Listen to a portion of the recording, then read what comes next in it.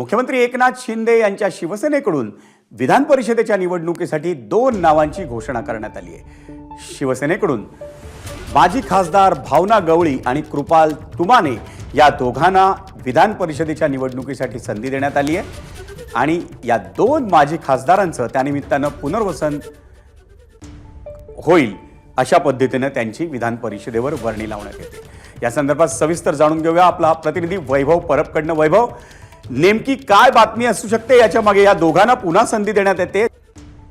विजय sir, आपण एक लक्षात घेतलं पाहिजे, हे दोघंही दिग्गज खासदार किंवा नेते म्हणून ओळखले जातात। कारण का भावना गवळी या जवळपास 5 टर्मच्या खासदार राहिलेले आहेत, तर कृपाल तुमाने यांची हॅट्रिक यंदा हुकलेली आहे।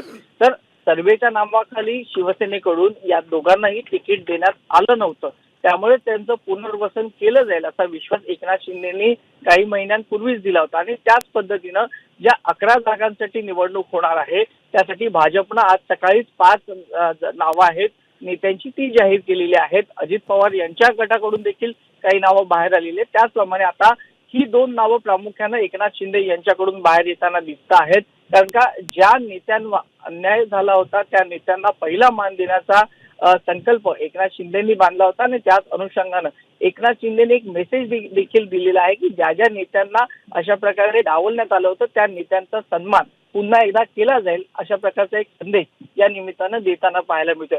त्यामुळे आता भावना गवळी पुन्हा एकदा विधान परिषदेवर आल्यानंतर विदर्भ आणि यवतमाळ वाशिम त्या भागातली जी ताकद आहे ती आणखीन वाढताना दिसेल। तर दुसरी गोष्ट, कृपाल तुमाने यांची यंदाची जी हॅट्रिक होती ती काँग्रेसचे एक उमेदवार त्यांना राजू पारवे यांना तिकीट दिल्यामुळे तिकडे देखील आता शिवसेनेची अधिक ताकद डबल गतीने वाढण्याची शक्यता नाकारता येत नाही।